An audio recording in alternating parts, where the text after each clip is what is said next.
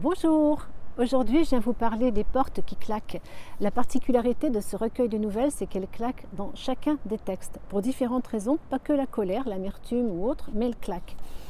Et j'ai décidé de vous faire profiter de Lâcher prise. Lâcher prise, c'est une nouvelle issue d'un fait réel que j'ai entendu à la radio il y a au moins plus d'une dizaine d'années. Alors on dit souvent que mes chutes sont détonnantes, inattendues. Sauf que là j'aurais vraiment eu envie de vous lire la chute parce que c'est la chute réelle de l'histoire, dont je n'ai même pas eu besoin de me creuser la tête. Et si je vous lis toute la nouvelle, ça va faire 10 minutes. Donc je ne veux pas vous retenir pendant 10 minutes. Et croyez-moi, j'en suis un petit peu déçue parce que vraiment la chute vaut la peine.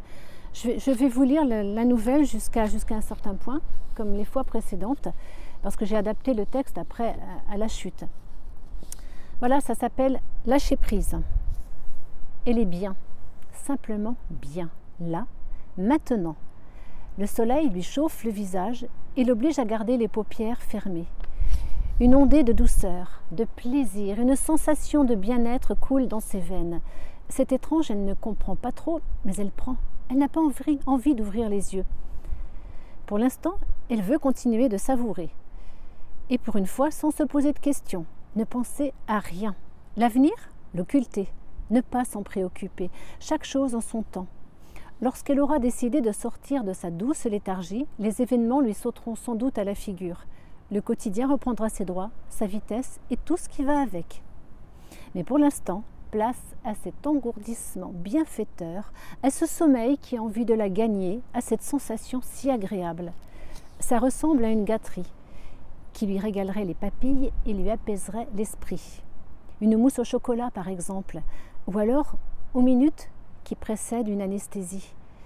On ne maîtrise plus rien, on s'abandonne à la piqûre, on somnole, on s'endort. Ou plutôt à une séance d'hypnose, sans savoir à quoi ressemble ce genre d'expérience puisqu'elle n'y a jamais souscrit. Peu importe, c'est tellement apaisant cette déconnexion. Elle aime cette idée de lâcher prise. Cela lui convient comme terme. C'est un mot qui lui parle. Elle le teste et y prend goût. Voilà ce qu'elle ressent. Elle n'a pas envie d'ouvrir les yeux, pas déjà. Elle craint que cette satisfaction qui s'est emparée de son corps ne lui échappe, ne s'envole et disparaisse comme une bulle de savon. Ce serait trop bête. Peur.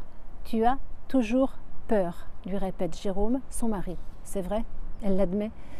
L'appréhension de l'avenir lui chatouille parfois les pensées. C'est légitime de craindre pour les siens, non? Pour ses filles. Elles sont encore si jeunes, les pimprenelles.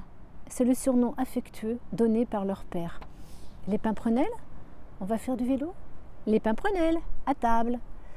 Elle a choisi de les appeler les filles. Ou bien par leurs prénoms, Suzy et Ondine. Mais jamais les jumelles, afin de respecter leur personnalité. Physiquement, elles se ressemblent trait pour trait. Même nez en trompette, même bouche fondue jusqu'aux oreilles, même cheveux châtains, raides comme des baguettes. Seuls, leurs regards diffèrent. Les yeux d'Ondine reflètent la candeur. Ceux de Suzy expriment l'espièglerie. De fait, l'une suit le mouvement, pendant que l'autre prend des initiatives. Il va pourtant falloir qu'elle s'en soucie de ses filles. Bientôt, tout à l'heure. Elle veut profiter encore un peu du soleil. Elle apprécie tellement sa chaleur. On l'a tant attendue qu'elle ne va pas lui reprocher sa présence. Elle a envie de sourire à sa réflexion. Le soleil, adulé comme un être humain. En tout cas, il a été apprécié de tous aujourd'hui au mariage. Ah, ce mariage! Elle comprend pourquoi elle se sent un peu lasse. Elle a tant dansé. Elle a perdu l'habitude de s'amuser parce qu'on ne se marie plus guère maintenant. Elle a rudement bien fait d'en profiter. Elle a virevolté dans les bras de Mathieu, Dominique, Pascal et puis les autres, les copains qu'elle n'avait pas revus depuis sa jeunesse. Elle a tellement valsé, tourné, qu'elle en est fourbue. Le manque d'entraînement. Elle ne se souvient pas de la dernière fois. Pas étonnant qu'elle ait mal aux jambes. Et ces filles, elles vivaient leur premier mariage. Elles se sont amusées comme des petites folles avec leurs cousins et cousines. Elles couraient entre les bosquets et même si la musique masquait leurs cris, leurs visages couleur pivoine et leurs robes maculées de taches verdâtres dénonçaient des roulades sur la pelouse et des parties de cache-cache dans les feuillages. Elles ont couru et joué jusqu'à épuisement. Leurs tenues sont dans un état digne de petites souillons. Va-t-elle pouvoir les détacher? Elle remet la réponse à plus tard. Les habitudes ressurgiront lorsqu'elle en aura pris la décision. C'est trop bien de ne rien faire, elle savoure. C'était quand la dernière fois? Peut-être pendant les vacances d'été, l'année dernière. Elle ne veut pas se creuser la tête, peu lui importe de poser une date. Elle vit l'instant présent et elle s'en délecte.